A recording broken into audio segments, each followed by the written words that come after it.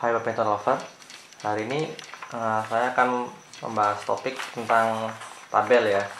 Mungkin untuk orang yang sudah pernah membeli dari saya, itu pasti akan saya berikan kopi tabel aktivitas yang sedang dipakai, dan saya berikan tambahan yang kosong siapa tahu ingin di fotokopi gitu ya. Tapi untuk orang yang masih bingung dalam penyusunan tabel, ini video ini saya akan mencoba menjelaskan ya. Ini saya nggak menggunakan yang aneh ya, cukup pakai kertas HP saja, print satu lalu di fotokopi. Jadi kalau ada yang sering lihat video saya, itu di samping rak, samping box tiap slot raknya itu ada kertas. Nah, ini kertasnya seperti ini ya. Nah, coba kelihatan nggak nih? Saya zoom dikit. Oke. Ini yang pertama untuk kode ini biasa saya isi tahun ya, misalkan ini ular ini menetas di tahun berapa, dan ular ke berapa di tahun itu. Jadi ada banyak macam-macam pengkodean, jadi kalian bisa ini sendiri ya, bikin kode sendiri. Yang penting simple dan Anda paham, nggak perlu orang lain harus paham gitu, enggak. Yang kedua, ini mob dari ular tersebut.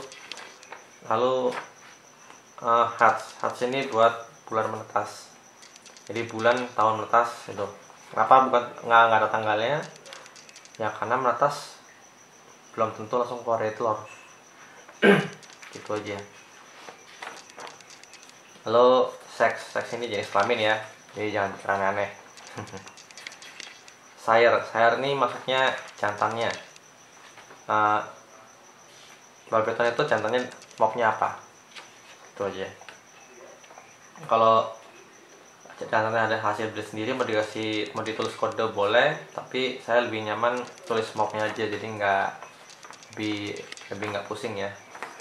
Lalu tem itu buat betina, jadi jantan lalu betinanya. Habis itu farm ini asal usul ularnya ya. Jadi kalau kalian bukan beli di breeder, maksud beli di seller biasa, kalian bisa dihitung saja asalnya dari mana gitu. Nggak usah harus diisi breeder itu, enggak. Jadi ya fleksibel aja lah ya. Ini cuman buat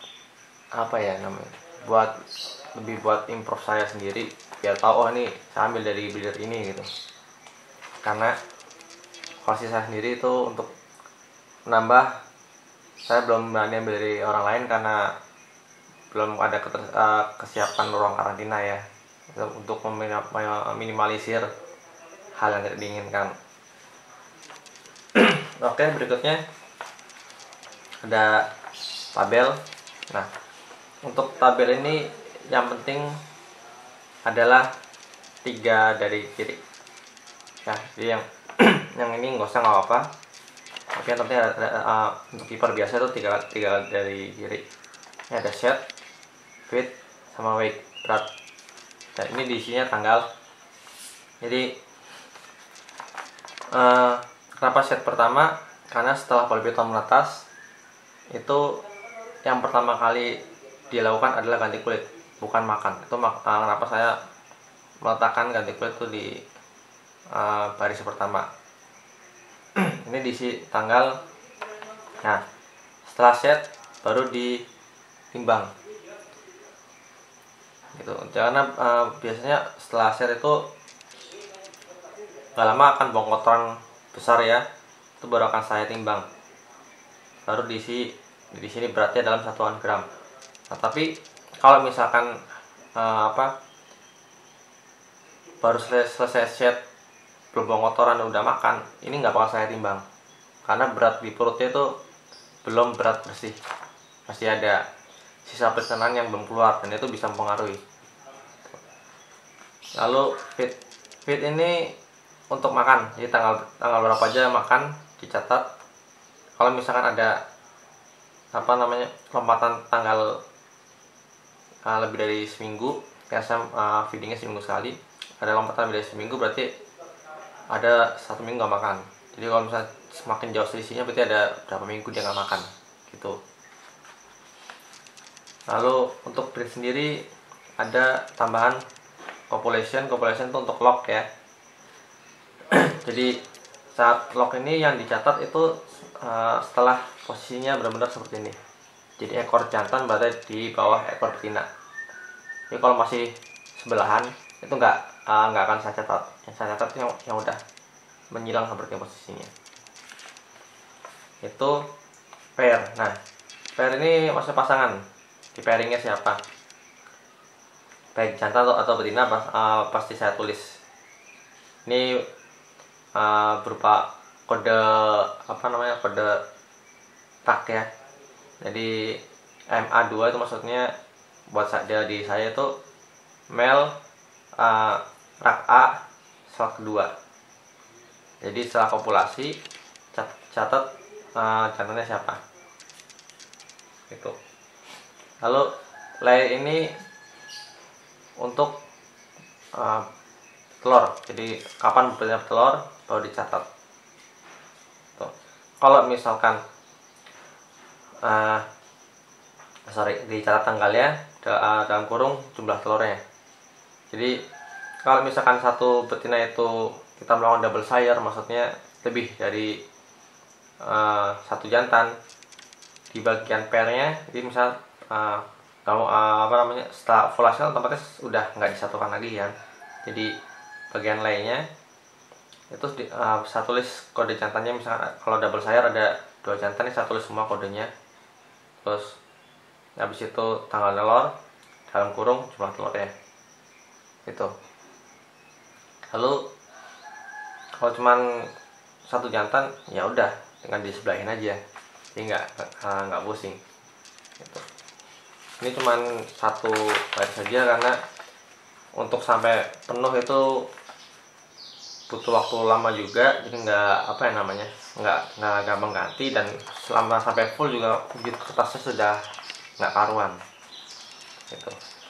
Dan dalam penempakan sendiri jika menggunakan rak itu ada fungsi lain, yaitu untuk sebagai tanda bahwa di dalam rak itu ada tikusnya. Misalnya setelah lagi feeding, ya posisi saya bisa meletakkan di samping box gitu ya, seperti ini. Nah, di saat saya memasukkan memberi makan, karena saya memberi makan hidup, saya harus antisipasi dan tutup, lalu pindah raknya pindah tasnya ke bawah box. Ini untuk tanda bahwa di situ lagi ada tikusnya. Tuh. Jadi otomatis dengan posisi di bawah itu saya nggak pas saat mau mengunci raknya tahu, oh ini masih ada tikusnya, ngambil kita cek masih hidup atau enggak, atau sudah dimakan gitu kan.